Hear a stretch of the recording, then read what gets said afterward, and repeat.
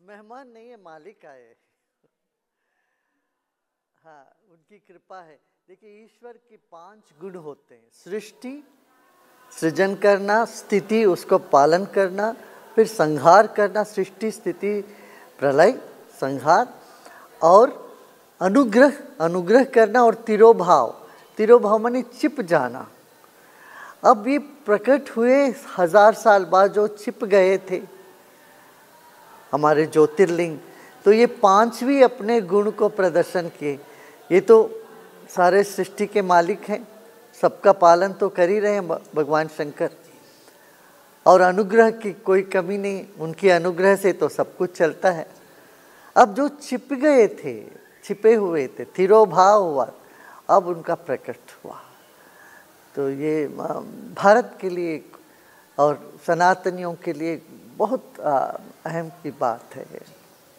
जो आधार इसका रखा गया है, ये बताया गया है कि आप शायद वो जरिया बने जिससे ये वापस पुनर्स्थापित हो। इस चमत्कारी शिला के बारे में थोड़ा सा हमें बताइए, आपको कैसे इस बात ये आप तक कैसे पहुंची, और आपने इसके बारे में क्या कहा? देखिए, 1924 में जो कांची के शंकराचार्य जी थे, ये स्वातंत्र पूर्व का समय पर, तो उन्होंने कहा था, उस वक्त के जो स्वामी हैं अग्निहोत्री, प्रणवानंद जी करके थे, और अग्निहोत्री परिवार के लोगों को, तुम इसको बाहर नहीं लेके आना 100 साल तक। फिर उसके बाद जयेंद्र सरस्वती जी बोले राम मंदिर बन जाएगा जैसे, उसके बाद इसका हमें बाहर प्रकट करना चाहिए, तब तक इसको बाहर नहीं लेके आना। तो अभी 2024 में 100 साल पूरा हो चुका था।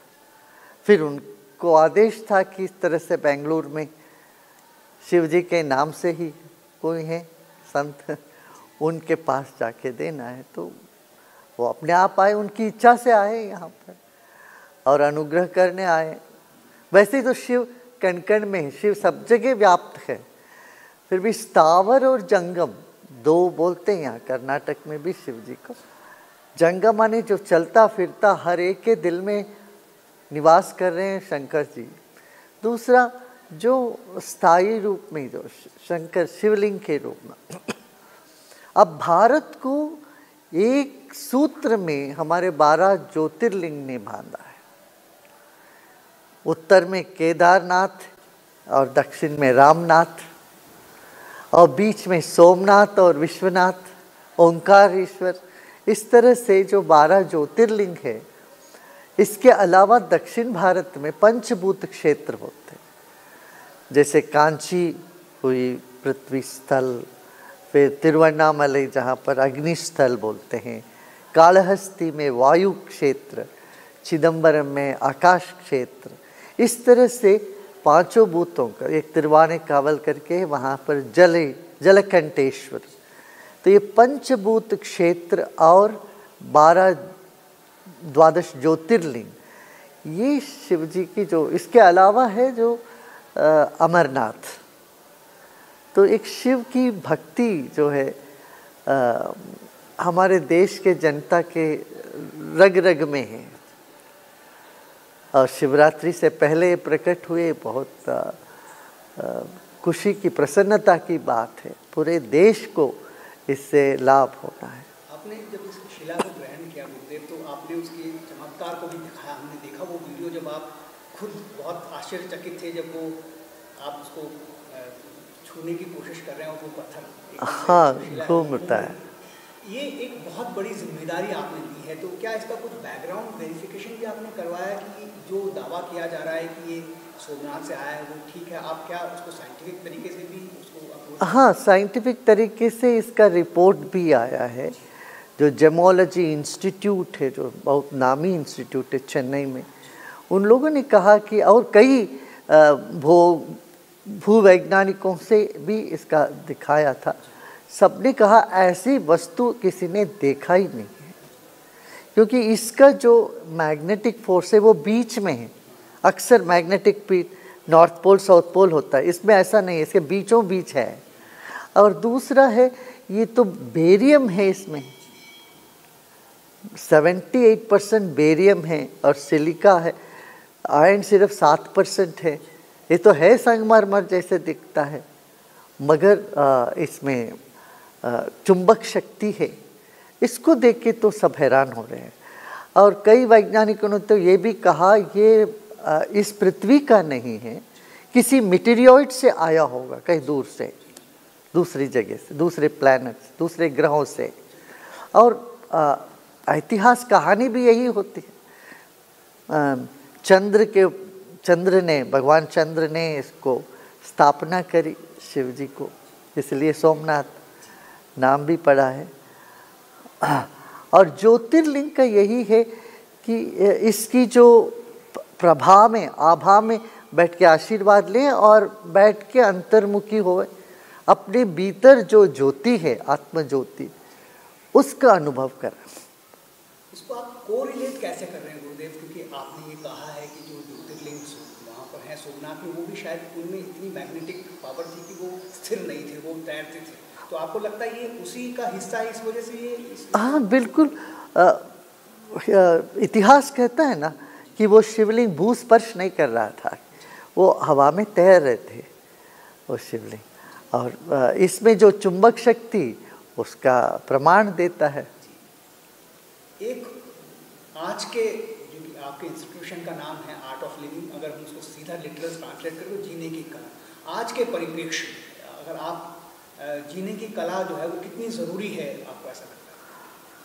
बहुत ज़रूरी है। प्रसन्न रहना जीवन में, तनाव मुक्त जीना और सबको अपनाना, ये तो बहुत आवश्यक है एक स्वस्थ सुंदर सौमनस्य समाज के लिए। जिस चीज़ को आप क्रियान्वित कर रहे हैं, आपको ऐसा लगता है कि उससे लाइफ और वैल्यू बैलेंस हो रही है? अभी तक तो दिख रहा है, लाखों करोड़ों लोगों के जीवन में परिवर्तन आया है। अभी हम कल ही पंजाब से लौटे, कितने सारे लोग, लाखों लोग आए, तो सब यही बोल रहे हैं मेरे जीवन बहुत बदल गया, बुरी आदतें छूट गई, झगड़े झंझट करना कम कर दिया, ख़त्म कर दिया, प्रसन्न होने लगे। जीवन को एक विशाल दृष्टि मिल जाती है, एक दृष्टिकोण मिल गया ना जीवन का, तो फिर ऊर्जा, जीवन में ऊर्जा बढ़ने लगती है। ऊर्जा बढ़े तो काम अच्छा होने लगते हैं। अगर आज की युवा पीढ़ी की बात करें तो आपको लगता है कि थोड़ा सा सनातन जो वैल्यूज़ हैं, जो स्पिरिचुअल अप्रोच है उनका, वो थोड़ा सा कम हो रहा है क्या? आप ये बातें आपको कहीं नहीं, हमारे यहाँ आप देखिए सब 70% सब युवा होंगे यहाँ पर, और भजन कीर्तन करते हैं, सब ध्यान करते हैं। हाँ, देखिए इनको एक वैज्ञानिक तौर से समझाना पड़ेगा। इनको जो समझाएंगे ना, तो देखिए आजकल के युवा बड़े बुद्धिजीवी होते हैं। उनको हर चीज़ में तर्कबद्ध कोई बताए, उनके दिमाग को इंटेलेक्ट जो परस्यूट है, माने बुद्धि की आकांक्षा है, चाह, उसको तृप्त कर दे, उसको समझ में आ जाए और अनुभूति में विश्वास करते हैं। ये कहेंगे कि तुम्हें कभी कुछ अनुभव होगा 10 साल बाद, वो उनके लिए तैयार नहीं। उनको अभी चाहिए, तुरंत ही उनको कुछ अनुभव में आ जाए तो फिर अपना लेते हैं उस चीज़ को। आप एक ऐसे संत हैं गुरुदेव जिन्होंने न सिर्फ भारत बल्कि भारत के बाहर अनेकों देशों में सनातन वैल्यू को प्रसारित किया है। वहाँ पर आपको कैसा रेस्पॉन्स मिलता है? क्या वो लोग भी अट्रैक्टिव हैं जो, क्योंकि हम देखते हैं कि आपके डिसाइपल्स में बहुत हाँ, आपका रेस्पॉन्स कैसा होगा जब आप किसी देश में जाके सनातन को प्रचार करें? देखिए आपको तो पता ही है, आप देख लीजिए इतने सब देशों में 180 देशों में अपना सब जगह चल रहा है, निरंतर चल रहे हैं। हमारे कई स्वामी और ब्रह्मचारी लोग बाहर काम कर रहे हैं, निरंतर काम कर रहे हैं। और तभी तो इस बार 193 देश के लोग इकट्ठे होकर के ध्यान को अपनाया, तो ये तो दिखता है, ताकि हमारी जो सनातन परंपरा जो है, मूल्य है इसका, ये वैश्विक है, ये सार्वजनिक सार्वदेशिक वैश्विक है, किसी देश और काल के सीमा में बंधी हुई नहीं है, सार्वकालिक है। इसलिए इसका प्रभाव होता है और सार्वजनिक है, हर समाज के हर तक के लोगों को ये लाभ पहुंचाता है। छोटे में मैं ये बता दूं, एक सिंपल चीज़ों बताऊं एक सरल तरीके से, जो पुरातन है और नित्य नूतन है यही सनातन है। नमस्कार। एक सवाल 40 साल अब पूरे होने वाले हैं आर्ट ऑफ लिविंग को, जो संकल्प लेकर आप चले थे 45 साल 1986 में आपने शायद 81 में, तो 45 साल होने जा रहा है। तो जो संकल्प आपने लिया था, प्रधानमंत्री लगातार इस बात को कहते हैं कि संकल्प से सिद्धि तक पहुंचना बहुत जरूरी है, तो आपको लगता है कि आप उस सिद्धि को प्राप्त कर चुके हैं या फिर अभी बहुत कुछ है जो?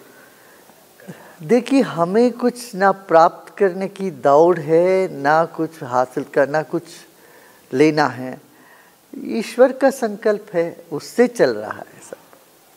हमारा अपना कोई संकल्प नहीं। जब तक हम सारे संकल्प नहीं छोड़ते हम योगी नहीं बन सकते। अच्छा, एक 15 सेकंड में आपका इंडिया टीवी कई दशकों से निरंतर सेवा करता हुआ आ रहा है कि रजत शर्मा जी लगे हुए हैं भारत का जो संस्कृति है, भारत की जो वैशिष्ट्यताओं को आगे लाने के लिए। और इस सिलसिला में आपने एक आध्यात्मिक और दैविक चैनल भी शुरू कर रहे हैं, सत्य सनातन करके। आपको बहुत बहुत बधाई है। आपके इस चैनल के जरिए लोगों की जो प्यास है, भूख है सनातन धर्म की और अध्यात्म की जो प्यास है वो अवश्य तृप्त हो, ऐसे मैं करता हूँ। ओम शांति।